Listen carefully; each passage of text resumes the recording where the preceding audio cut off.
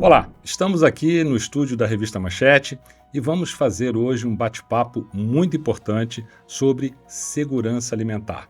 Para falar desse assunto, nós vamos estar aqui com o nosso querido Paulo Renato Marques, que ele é cientista político e doutor em sociologia. Além disso, ele tem 23 anos de experiência no mercado de agronegócio, o que credencia ele a falar tanto da questão do agronegócio quanto da questão da população. Nós estamos vivendo um momento muito difícil de segurança alimentar em todo o mundo.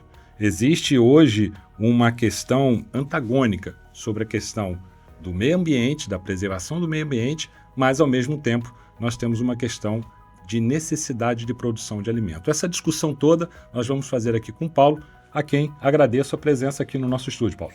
Marcos, é uma satisfação. Muito obrigado aí pela oportunidade de estar aqui, sobretudo para discutir um assunto que, para mim, é uma paixão muito grande.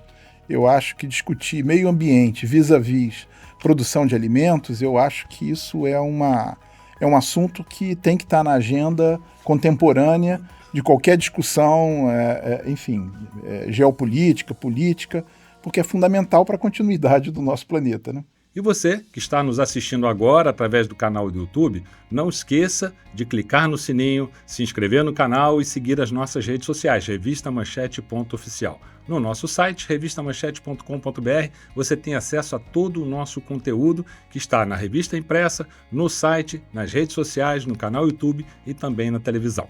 Bom, vamos continuar aqui o nosso papo com o Paulo. Paulo, primeiro eu gostaria que você situasse a gente, né? Dentro da época, da era, onde é que nesse momento a população se encontra em termos de tempo e espaço? Bom, Marcos, dentro dessa classificação geológica, né, digamos assim, bem técnica, a gente está nessa era cenozoica e na época do Holoceno, que é do homem.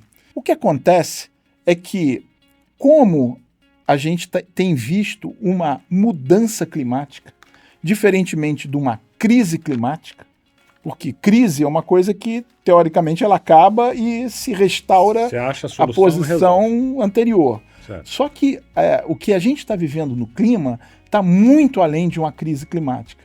A gente está vivendo uma mudança climática. E dentro dessa mudança climática e dessa estrutura de classificação das eras e das épocas geológicas, surgiu um conceito a partir dos anos 2000 que eu achei muito interessante, que é um conceito que está numa discussão mundial, que é a época que a gente vive, que é o Holoceno, que vem desde do derretimento das geleiras, né, como a gente tem hoje, né, a partir do último glacial, na verdade, tecnicamente é o último glacial, né, que tem aí 60 e poucos mil anos.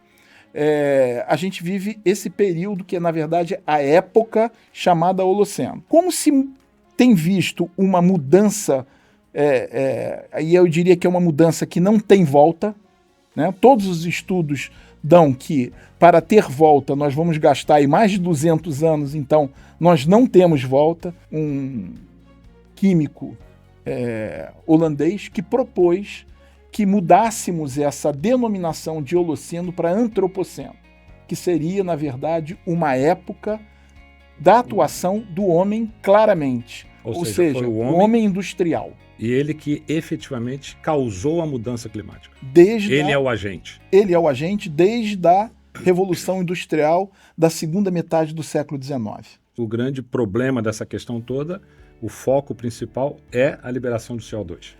É, sem dúvida nenhuma, o gás de efeito estufa, Sim, que vem aumentando a temperatura global, né? E, obviamente, não é o único, mas eu te diria que é se não o principal, um dos principais, né? Também os oceanos estão ficando mais ácidos, enfim, uma série de consequências, mas, sem dúvida nenhuma, que a emissão de CO2 ela é ali uma das...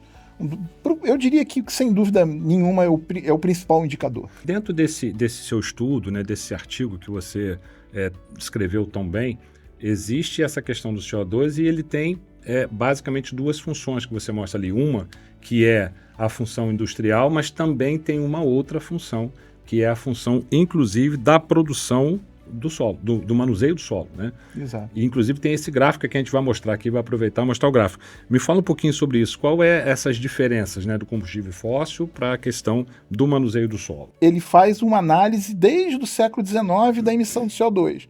Mas ele mostra que os últimos 30 anos de emissão de CO2 são responsáveis por 52% das emissões de CO2 de todo o período. Ou seja, está muito acelerado. Ou seja, está muito acelerado. Está virando um aumento exponencial. O que emite CO2? Desde as queimadas, que é um problema do Brasil, inclusive, né? E eu botei um gráfico nesse estudo que mostra isso. Que mostra a questão da indústria, né? Então você tem Estados Unidos e China, por exemplo, com alto índice de industrialização. Isso. E aí a maior parte de queima de CO2 ali está na indústria. Mas Isso. o Brasil aparece... Manuseio do solo. Manuseio do solo maior do que a industrialização, mas um índice bem alto. Se você comparar Brasil com China, eles têm um nível de industrialização muito maior do que a gente. Sim. Se você for analisar o desmatamento da Amazônia, o desmatamento desses biomas, a gente tem visto queimadas absurdas. Queimadas espontâneas por questões climáticas e queimadas que são provocadas. Ou a gente produz alimento para sustentar o mundo, ou a gente preserva o meio ambiente para sustentar o mundo. Não dá para um viver sem o outro, não tem plano B de lado nenhum. Então a gente tem que produzir alimento, a gente tem que produzir mais alimento com menos recursos, com menos água, com menos terra, com menos defensivo, com menos fertilizante, com menos tudo. Ou seja, sendo muito mais produtivo naquilo que faz. Né?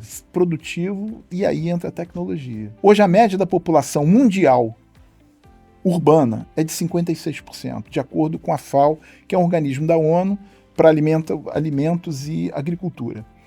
A média mundial. A média do Brasil é 77%. Segundo esses estudos que a FAO vem periodicamente divulgando, ela dá conta de que até 2050 essa média mundial vai subir para 70%. Se a gente não produzir alimento para isso, a gente efetivamente vai causar um contingente com fome ou com restrições alimentares jamais visto. Dá conta que hoje o mundo tem 650 milhões de pessoas com algum tipo de restrição alimentar. Certo. Né?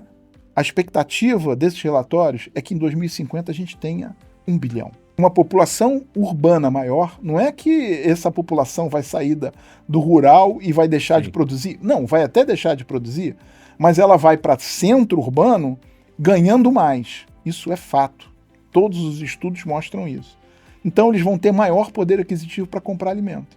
Isso só vai aumentar a desigualdade e a assimetria que a gente encontra hoje na sociedade.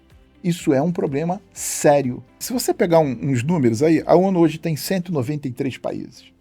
Se você pegar os países os mais exportadores, produtores e exportadores de alimento, né, a gente vai listar 5. China, Estados Unidos, Rússia, Índia e Brasil. Óbvio que todos os países produzem os seus alimentos, mas a nível de produção para alimentar os 8 bilhões, os 7 bilhões... Futuramente 10 bilhões. E futuramente 10 bilhões, só 5 países têm essa produção industrial de altíssimo volume.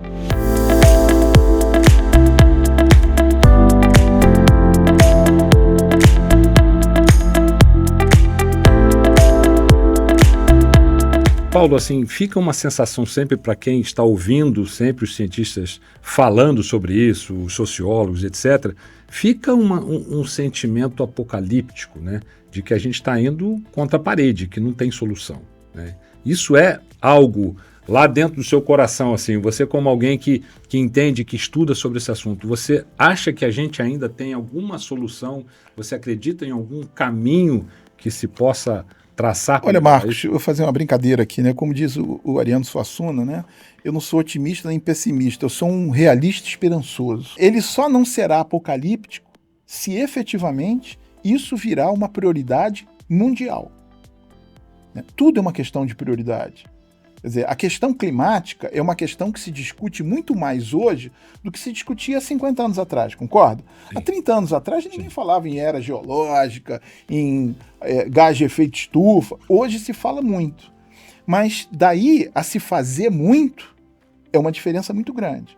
Então, no momento que isso entrar na pauta, na agenda, como prioridade 00, a gente não vai encontrar um final apocalíptico. Olhando o teu material, Paulo, eu também percebo um contexto de várias citações importantes. Eu vou aproveitar aqui para dizer que o material do Paulo Renato Marques vai estar disponível também no site da Manchete. Se você quiser baixar esse estudo que ele fez, vai estar lá disponível, você pode entrar e conseguir. Uma dessas questões que você está colocando, que é buscar uma solução definitiva, né? Você esperançosamente acredita nisso, é, por exemplo, um dos fatores que é o desperdício de alimentos ser resolvido. Você tocou num ponto-chave. Se a gente acabasse com o desperdício, a gente alimentaria hoje esse contingente. Esses 650 milhões de pessoas. Muito bem, Paulo, eu queria trazer agora um pouquinho para uma outra cadeira sua, né, a cadeira da presidência da Pesagro. Eu queria trazer um pouquinho aqui para a gente poder falar do Rio de Janeiro. Você olhando como Pesagro aqui no Rio de Janeiro, qual é a grande contribuição, por exemplo, que a Pesagro consegue trazer para o agronegócio do estado do Rio de Janeiro, que a gente sabe que é, em tese, pequena, se a gente for comparar com o restante do Brasil e do mundo, mas que tem as suas particularidades. A gente tem problemas seríssimos por ser uma densidade populacional muito grande. E a gente é pequeno. Nós temos 92 municípios, Minas Gerais, que está do lado, tem 853 municípios. Então, é uma disparidade muito grande. E o agro do Brasil, que a gente fala agro, mas o agro do Brasil, ele é muito diferente se você for analisar locais. Vou te dar um dado aqui que me bate muito. 90% do valor bruto da produção do agronegócio, 90%, ele é feito por 10% das propriedades. O Rio de Janeiro ele é formado por agricultura familiar, por pequenas propriedades. Você pega uma propriedade com 100 hectares no Rio de Janeiro, é uma propriedade. 100 hectares no Mato Grosso é um quintal. Então, o que eu enxergo como missão da Pesagro é dar a esses proprietários a melhor condição deles sobreviverem. O Rio de Janeiro ele não é autossuficiente na maioria dos produtos, tirando a olericultura que você vê aqui na Serra, flor, o resto a gente importa tudo. Então a gente tem que dar minimamente uma tecnologia, né, que eles consigam absorver e que eles consigam produzir produtos de valor agregado. Que essa é a diferença que a gente está vendo hoje no Rio de Janeiro. Então, é o queijo ganhando prêmio lá fora, é a cachaça ganhando prêmio lá fora, é o café ganhando prêmio lá fora. Porque a disparidade é muito grande de um estado para o outro. Paulo, muito obrigado. É muito bom saber, né, que o estado do Rio de Janeiro possui pessoas competentes como você, e é muito bom poder conversar com você e entender um pouquinho desse mundo, né, que a gente se preocupa tanto com relação ao meio ambiente, com relação à segurança alimentar. Eu gostaria que você pudesse colocar as suas palavras finais e, evidentemente, deixar o povo um pouco mais calmo, na medida do possível, mas também te agradecer, porque esses esclarecimentos são muito importantes. Então, a gente quer efetivamente discutir, porque eu não acredito que eu tenha nenhum tipo de verdade, né? Mas eu quero poder colocar todas as nossas postulações e discutir o que de política pública a gente pode implementar para mitigar os problemas que a gente enxerga. E se efetivamente esses problemas têm essa magnitude, que podem ter magnitudes maiores ou menores. Então, o que eu acho é que o que falta é a gente colocar isso na prioridade, né? A população, de uma forma geral, tem que entender que isso é uma prioridade para discutir. E os governantes também. A partir daí, é discussão. É isso. Muito obrigado. E fique com a gente na revistamanchete.com.br e através das nossas redes sociais, revistamanchete.oficial. Até a próxima.